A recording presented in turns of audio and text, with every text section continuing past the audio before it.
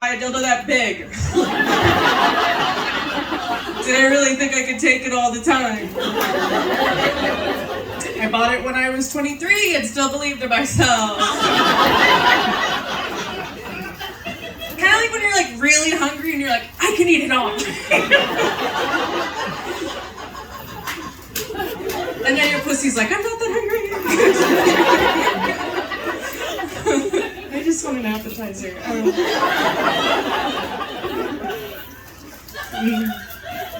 Hey, happy 10th anniversary. That's incredible. The longest relationship I've ever had with a living person is 10 months. So close to that. But the longest relationship I've really had is with my dildo. So if I do the math correctly, I was a theater major. I think it's 8 years. The dildo's 8 years old.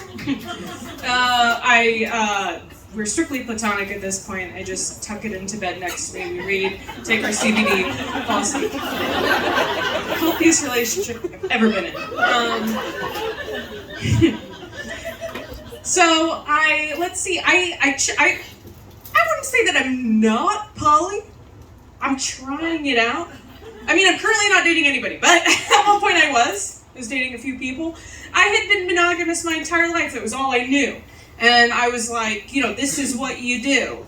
You, like my parents, stay in a loveless marriage and torture your children until you eventually get a divorce.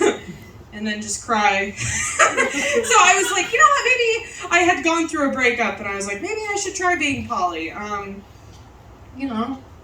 it out. So that's what I did when I moved to Seattle.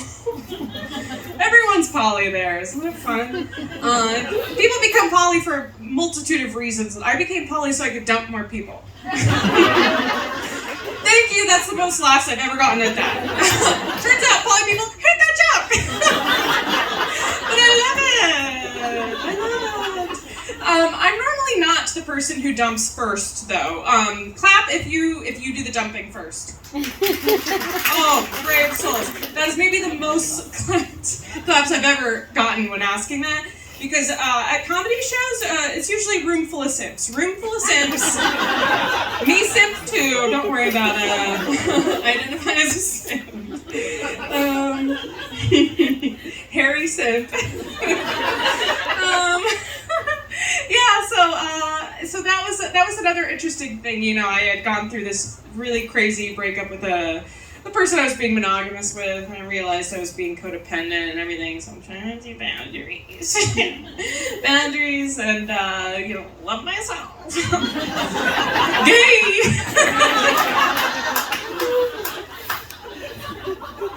Oh, boundaries, so gay.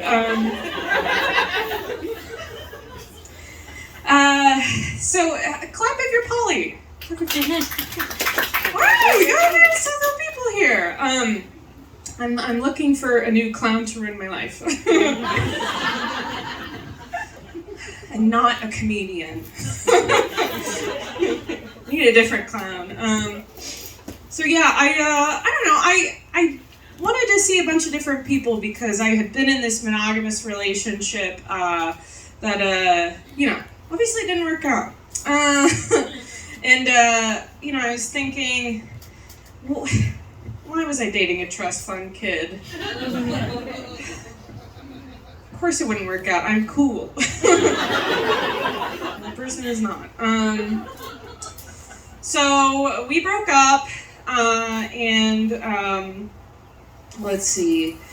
Turns out that I didn't really trust this person that much, and I do believe in regularly getting tested, and I've done it multiple times, and so here I was, just being like, I'm gonna get tested, get a clean bill of health, whatever, go to Planned Parenthood, do the whole shebang, get a call back about a week later, and they're like, Liz, we got some test results for you.